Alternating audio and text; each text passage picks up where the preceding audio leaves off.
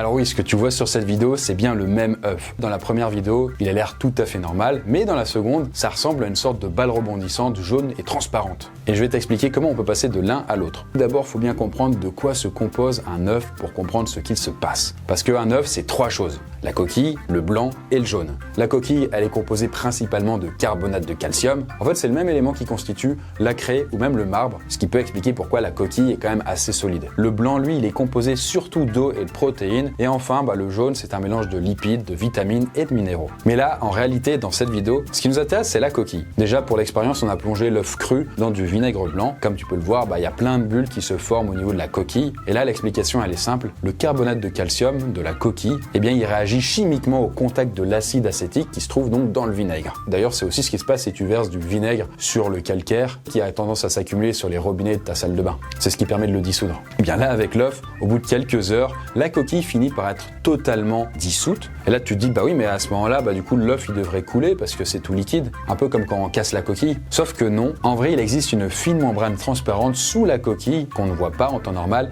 et qui maintient la forme de l'œuf. Et en fait, cette membrane, elle a la particularité d'être résistante et élastique, ce qui permet donc d'avoir ce super effet rebondissant, quoi.